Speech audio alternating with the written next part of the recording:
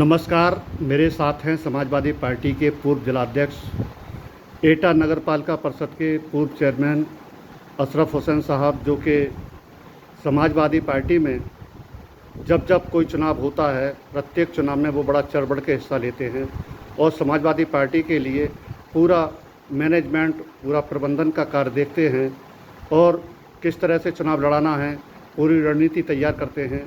मैं बात करता हूं अशरफ हुसैन साहब से। अशरफ साहब, आपका जो है बहुत बहुत स्वागत है।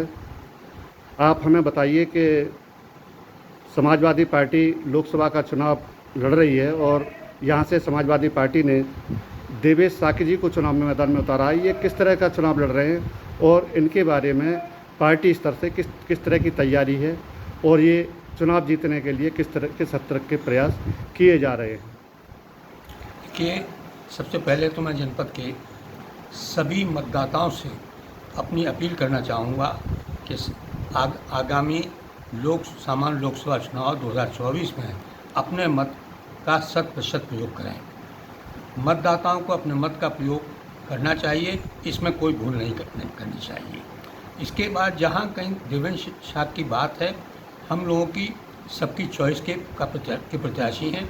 माननीय राष्ट्रीय अध्यक्ष जी अखिलेश यादव जी ने सबसे पूछा तो उन्होंने प्रत्याशी को बताया और प्रत्याशी को दिया गया, तो उससे प्रत्याशी के उससे हम लोग सब बहुत खुश हैं। जनपद के लोग बहुत खुश हैं। जहां चुनाव के मैनेजमेंट की बात है, वो सेक्टर स्तर पर, बूथ स्तर पर, जोन स्तर पर और विधानसभा स्तर पर संगठन बहुत मजबूत है और संगठन के सभी कार्यकर्ता सब लोग जो है इसमें लग गए हैं और मैनेजमेंट भी पूरी तरह जो है, ये जहाँ बैठकें हो रही हैं वहाँ जनसंपर्क भी हो रहा है और लोगों से कुछ साधा भी जा रहा है और लोगों से अलग अलग व्यक्तिगत रूप से भी मिला जा रहा है। जहाँ अब एक चीज़ है, आना जाना हमेशा चुनाव जब भी आते हैं उसमें आना जाना तो लगा रहता है।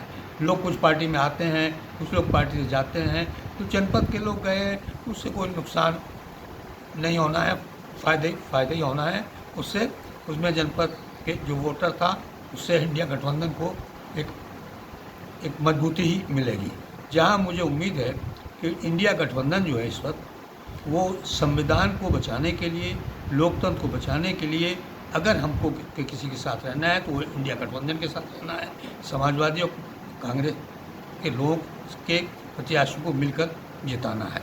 इसके साथ मैं ये भी कहना चाहूँगा कि हम लोग जो हैं जहाँ अपने वोट का प्रयोग करते हैं वहाँ हम लोगों को बड़े सोच समझ के अपने वोट का प्रयोग करना चाहिए। क्यों आज सबसे बड़े मुद्दा जो है वो महंगाई है। आज सबसे बड़ा मुद्दा जो है वो बेरोज़गारी है। आज सबसे बड़ा मुद्दा कानून व्यवस्था है।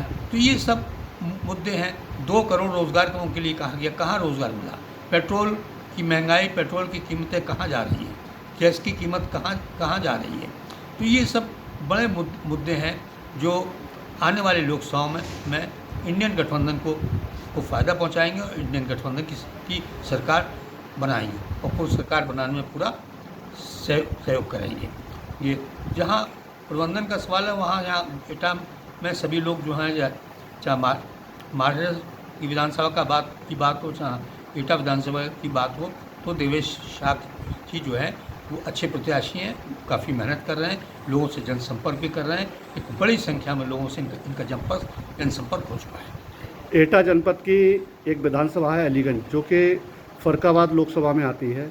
वहाँ से डॉक्टर नवल किशोर साकी चुनाव लड़ रहे हैं। उनकी स्थिति के बारे में बताइए, क्या स्थिति है और वो किस तरह का चुनाव लड़ रहे हैं? क्योंकि डॉक्टर नवल किशोर बहुत अच्छा चुनाव लड़ रहे हैं।